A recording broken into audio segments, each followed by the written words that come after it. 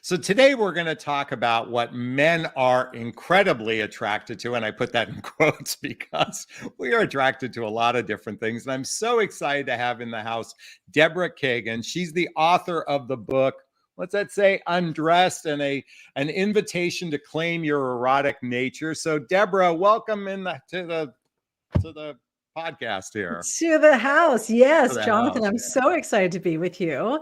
And I love that you know all of the things that you know, but certainly that men are attracted to women who know about what I write about in the brand new book, Undressed.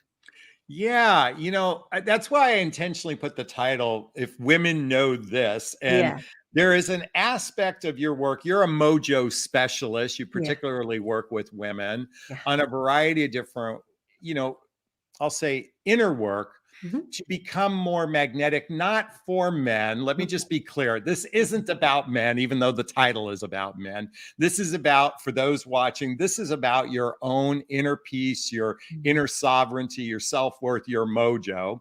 And I've got someone who really specializes in this. So I want to dive into this.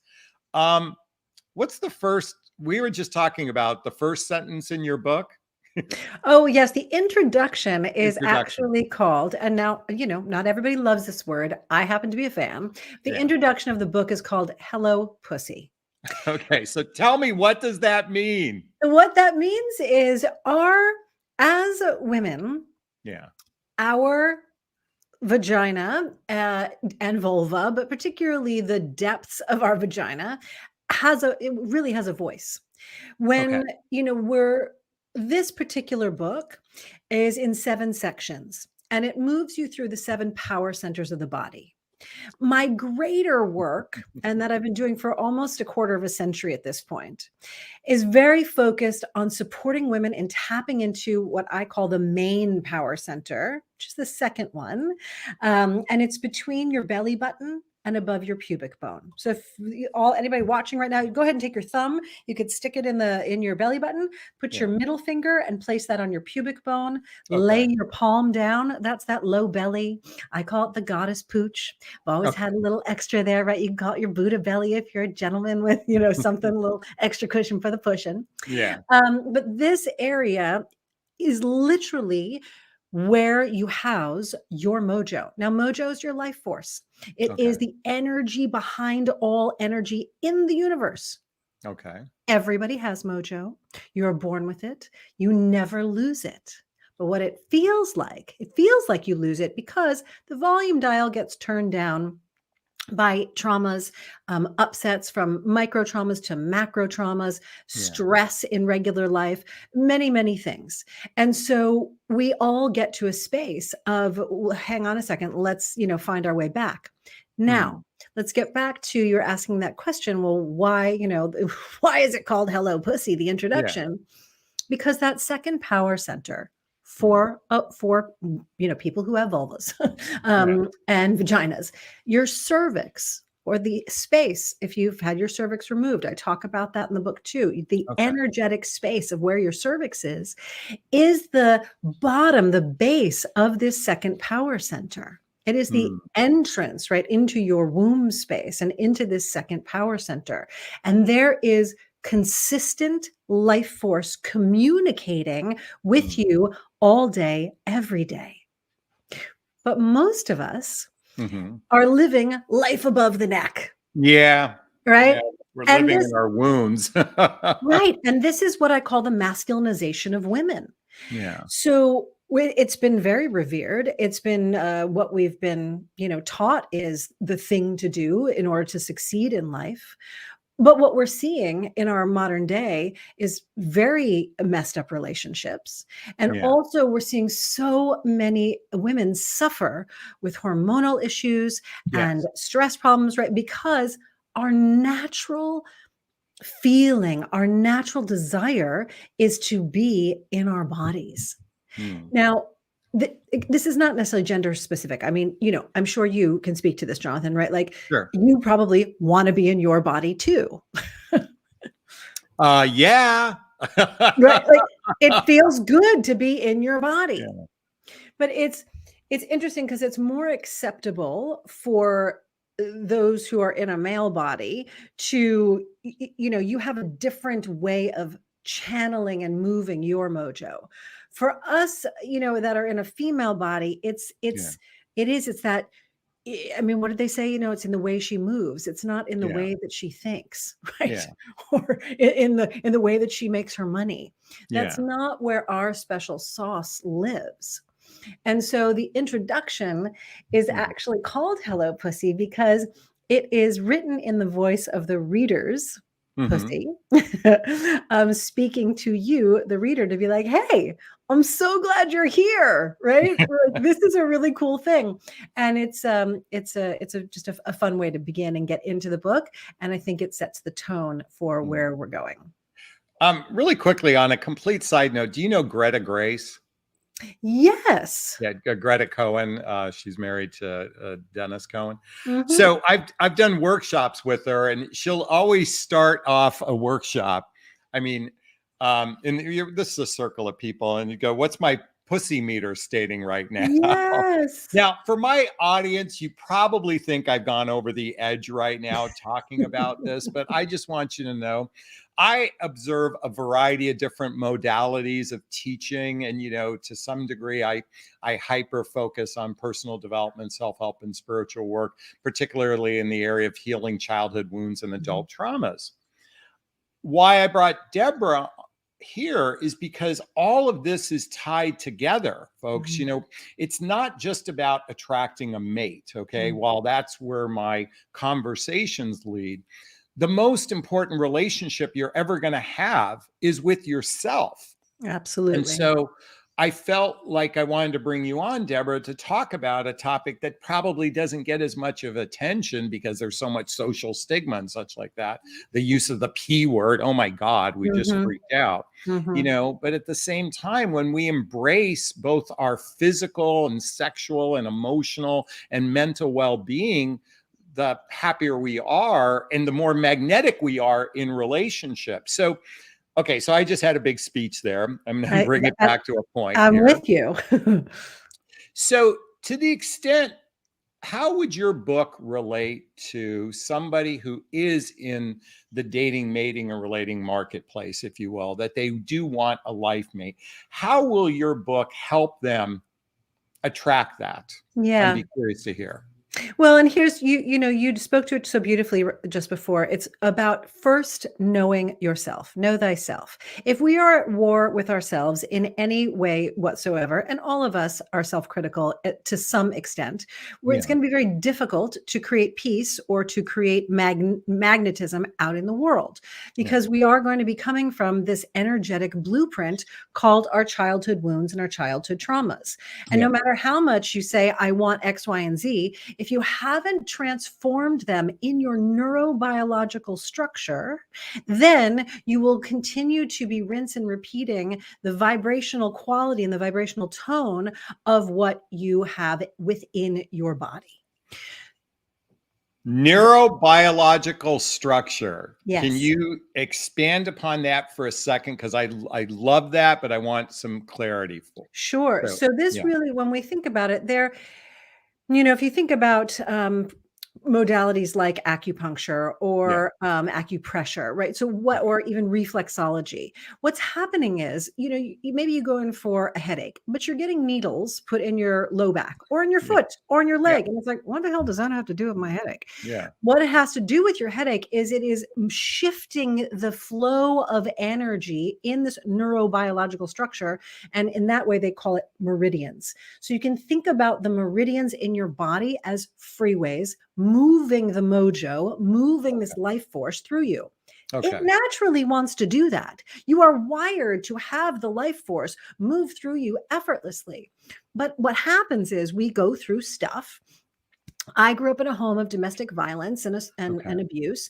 And the Mm, first time I had sex, I was raped. So I know about these mm, traumas and how they absolutely create what I call these kinks. It's okay. not like the fun kind of bound chicka bound bow kinky life, right? Those are the fun kinks. These are Yeah. the kinks that create hardened, calcified balls of energy in Okay. the neurobiological structure. So Therefore, when you grow up and you get into your teen years and maybe you go to college and now you're an adult living your life, you've gone to therapy, you have maybe read some self-help books.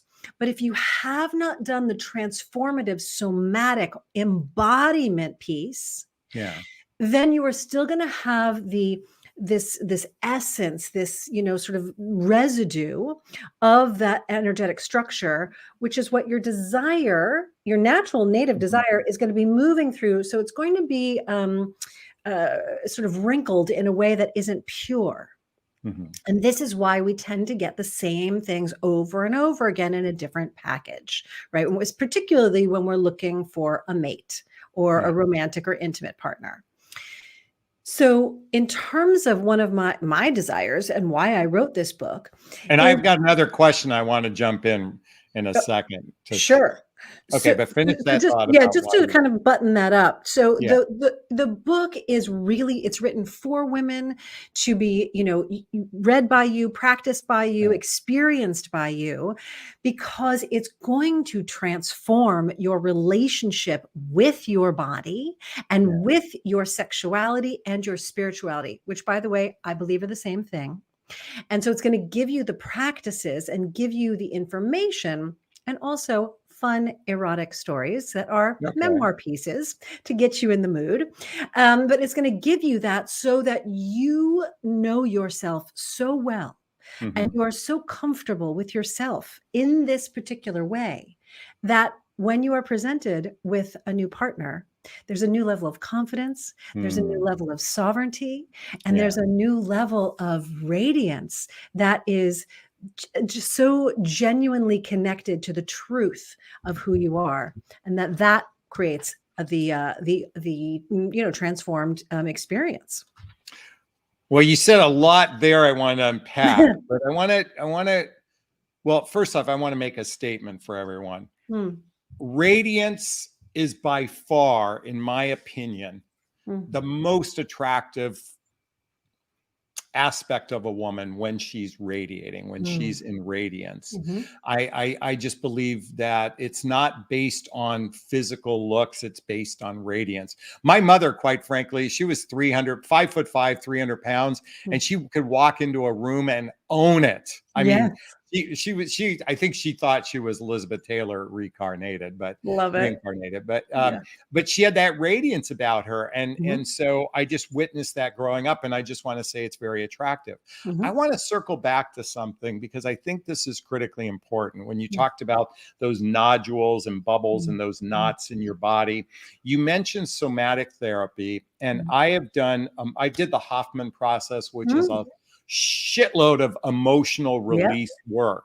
yeah. I was hoping you could actually expand upon, somatic therapy, Mm, emotional release work, and what that really entails. Because for a lot of people, they might think that's woo woo, but we can think about a lot of work in the head space. Therapy is head space, mhm, personal development, self help. A lot of it mm. is head. Right. What we're really talking about is releasing it from the body. So, can you Yes. please dive into that for everyone? Yeah, absolutely. And this is what we focus on. I run a mentorship for women, and we Okay. do 2 retreats a year, and it's called the Embodiment Experience. And so that whole weekend, all we do really is embodiment work. And Okay. so that can look like, I mean, it's sort of a vast toolbox. But so I'll give you just some of the things how it can look like. It can look like breath work. Okay. It can look like simple body movement. I mean, like, it could look like, some people who might walk into a room might think, "Oh, are they doing yoga?" But Yeah. it's not necessarily straight up yoga, right? Yeah. But it could look like that. It can look like dancing, but again, Mhm. in a particular way, and it's not like, "Oh, we're taking tango classes," but there's a certain kind of movement. There's, what's called nonlinear movement, where you are seeking to feel and find those kinked up places, because the more that you discover and the more that you Mm. explore, the more you will actually discover literally where in your body that you have some of those hardened kinks. Yeah.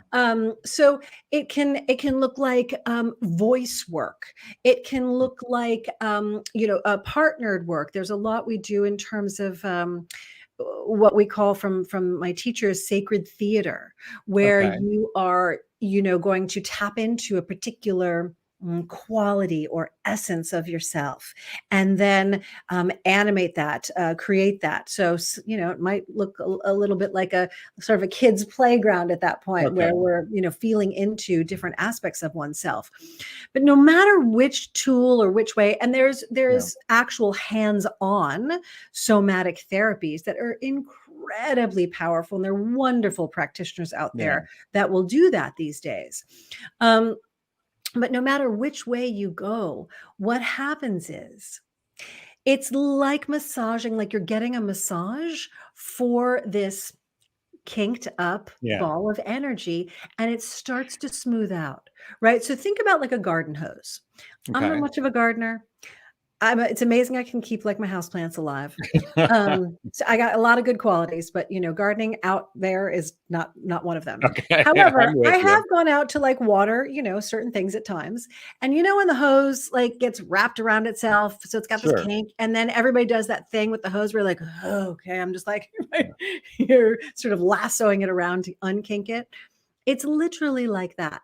So the Mhm. water is trying to get through the hose. The mojo is trying to move through your body, but it gets stuck at that kink. And so the Yeah. embodiment work, the somatic piece, is that like lassoing, that moving, that twirling around of the kink until it smooths out. So now we've got more flow of the mojo happening, right?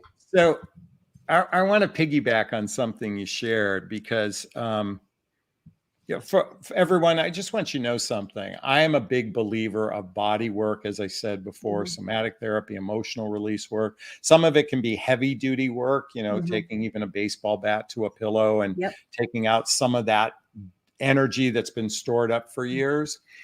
I also have done the play piece. Mhm. And those who follow me know I've done the Hoffman process, and one of the experiences is literally a day in the playground. I Yeah. mean, as adults, we're doing a lot of kid stuff for a Mm.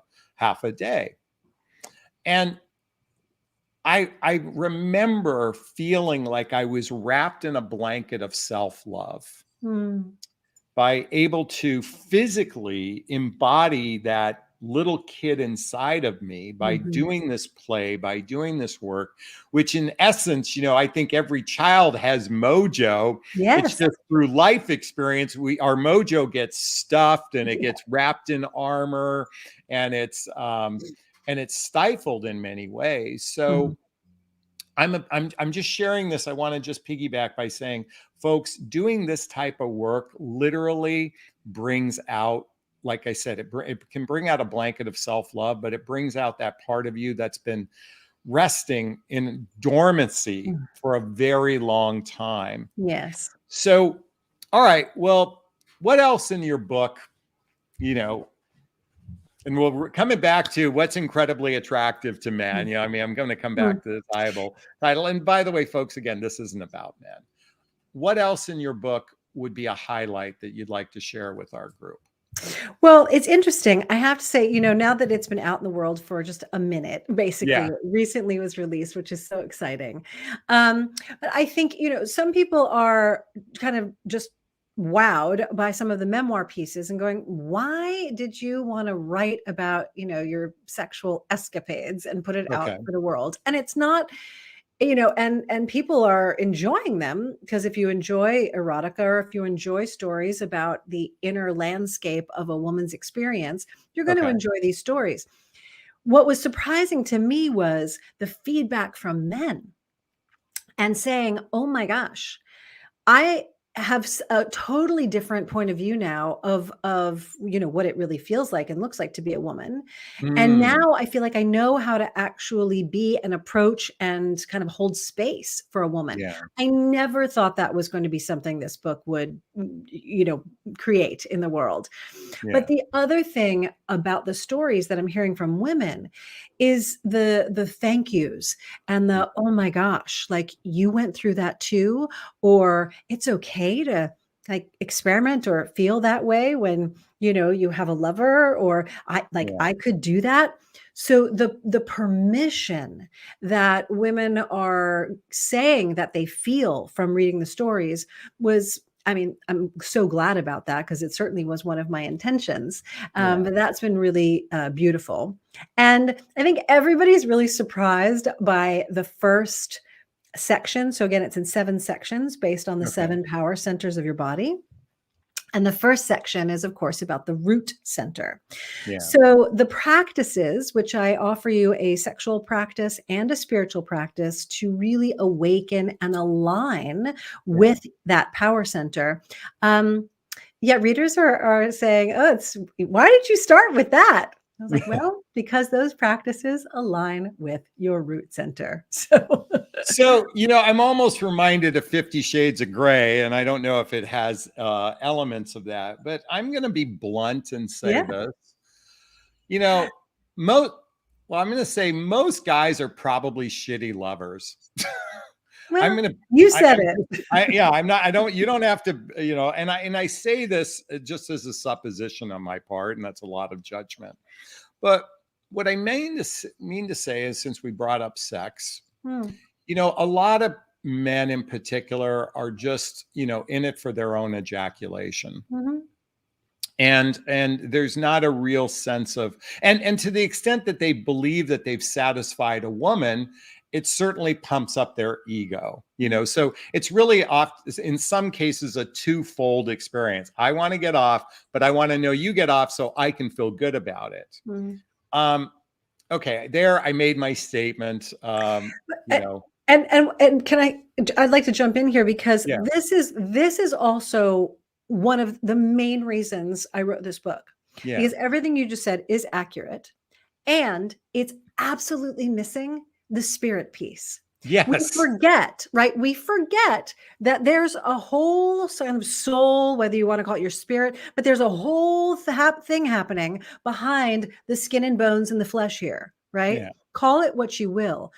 See, but that's what's actually possible to join in the spirit realm while you're having delightful pleasure. Yeah. And lovemaking and sexing and fucking Yeah. and whatever you're doing in the moment.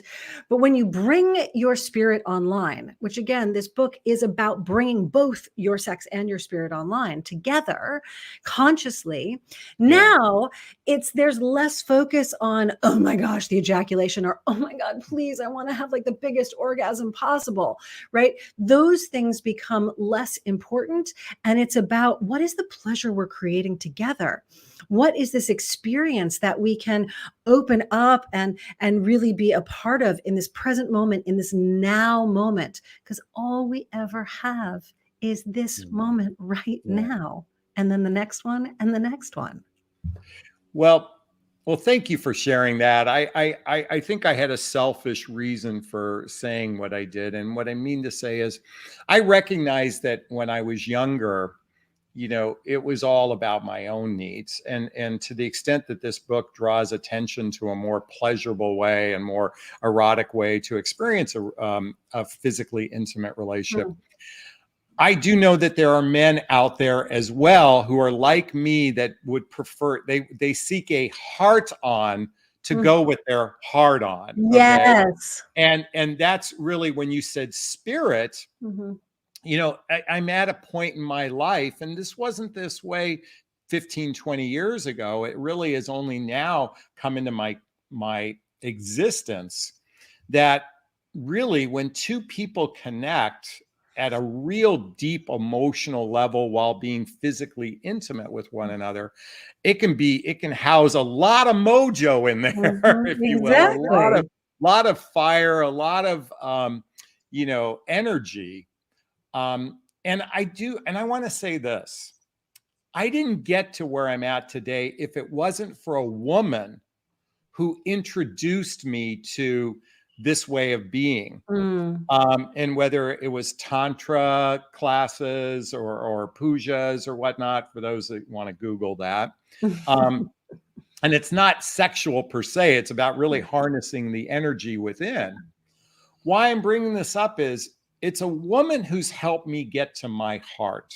Mm. And I think when women really can get to their own heart through like the work you do and through your book, it actually has the ripple effect can, ripple into the men in your life as Yes. well. So Yes. long as you've got an open person in your life, Yes. someone who's open and receptive.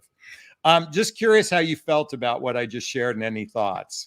Yeah, well, I'm just, first of all, I love that. And I'm so glad that you were open to it, and that you allowed yourself to experience all of that Yeah. and that you're here to share about it.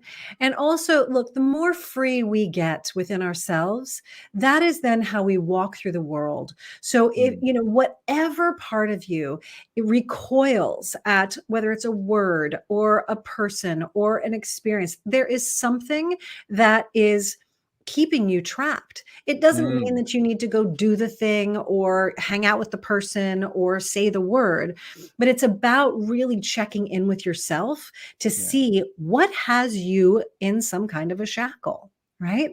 And we are so tied up and we are so backwards, particularly in the US, about our sexuality, and particularly about the talk of, oh my gosh, sexuality and your spirit. Ooh, right? So anything that you really have that kind of recoiling to, I invite you to look at, because whatever it is holding you hostage, and that is a part of you that is not free. And somewhere in your life, that lack of freedom is going to pop up, and not in a great way, and it will hold you back from bigger and more exciting experiences, whether they're professional or personal experiences. Yeah. So, well, thank you for that. So, well, I want to bring it to a close. I want to just share with everybody. There's going to be a link below to get a copy of Deborah's book. Okay. A couple other things.